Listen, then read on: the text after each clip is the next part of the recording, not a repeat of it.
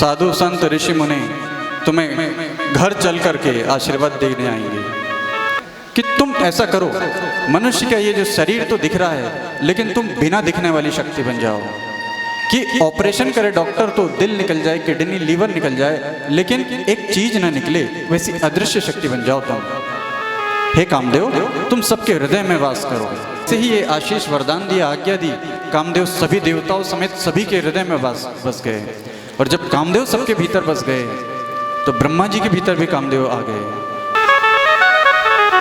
प्रेमानंद जी महाराज जी एक बहुत सुंदर बात कहते हैं, वृंदावन वाले पीले कपड़े वाले महाराज जी, आपने सभी ने देखा होगा उनको रील्स में। वो बोलते हैं कहीं भटको मत, कहीं जाओ मत, कुछ मत करो, साधु संत ऋषि मुनि तुम्हें घर चल करके आशीर्वाद देने आएंगे। तुम बस बैठे बैठे नाम जप करो, सारी सिद्धियां सारी सब कुछ तुम्हें प्राप्त हो जाएंगे। घर बैठे कहीं जाने की आवश्यकता नहीं है, बस भगवान का भजन करो, सब कुछ मिल जाएगा। रुद्र संहिता के अंतर्गत सती खंड में माता सती का चरित्र है। इसके उपरांत पार्वती खंड आता है, उसमें माता पार्वती की कथा है।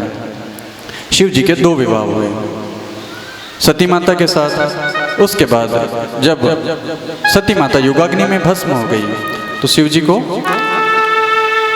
कुछ कारणों से, कुछ लीलाओं के रूप में फिर से विवाह करना पड़ा।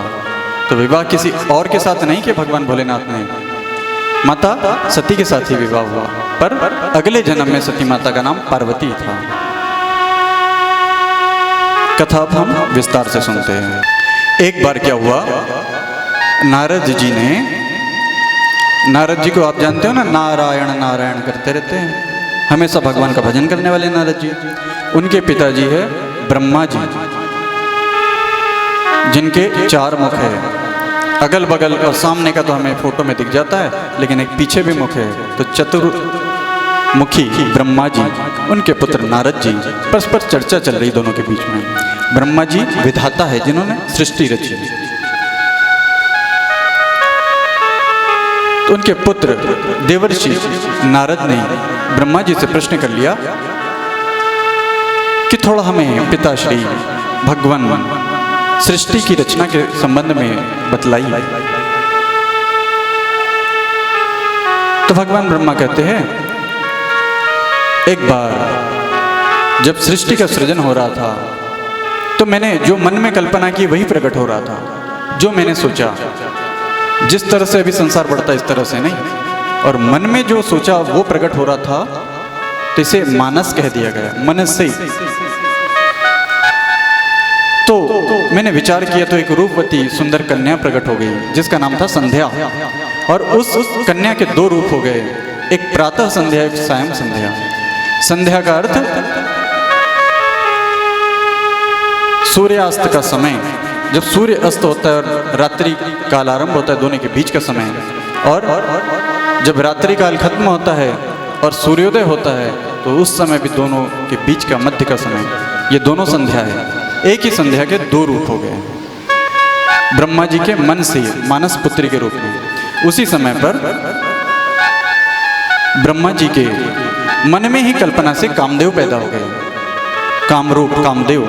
और जब कामदेव प्रकट हुए, उन्होंने पूछा, हे पिताश्री, हे भगवान, मैं आया हूं सृष्टि में, मेरा उद्देश्य क्या है, किस कार्य के लिए भगवान ने मुझे भेजा है। तो ब्रह्मा जी कहते हैं कि तुम ऐसा करो, मनुष्य का ये जो शरीर तो दिख रहा है लेकिन तुम बिना दिखने वाली शक्ति बन जाओ, कि ऑपरेशन करे डॉक्टर तो दिल निकल जाए, किडनी लीवर निकल जाए, लेकिन एक चीज ना निकले, वैसी अदृश्य शक्ति बन जाओ तुम।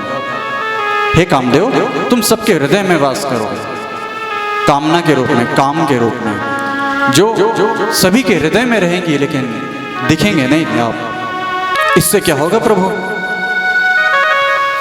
इससे तुम संसार की वृद्धि करोगे, सृष्टि को बढ़ाओगे आगे। तो काम रूप बन करके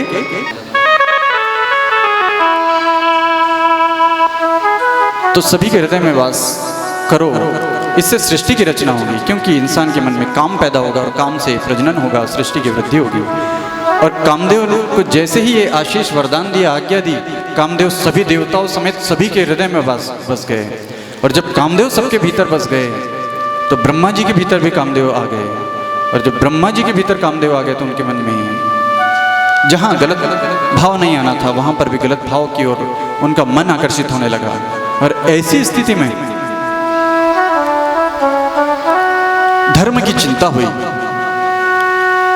और चिंतित होकर के भगवान ने, ब्रह्मा जी ने महादेव की शरण ली, महादेव को पुकारा और महादेव भोलेनाथ कृपा करते हुए ब्रह्मा जी के हृदय से कामदेव को नष्ट कर देते हैं, उसका विनाश कर देते हैं।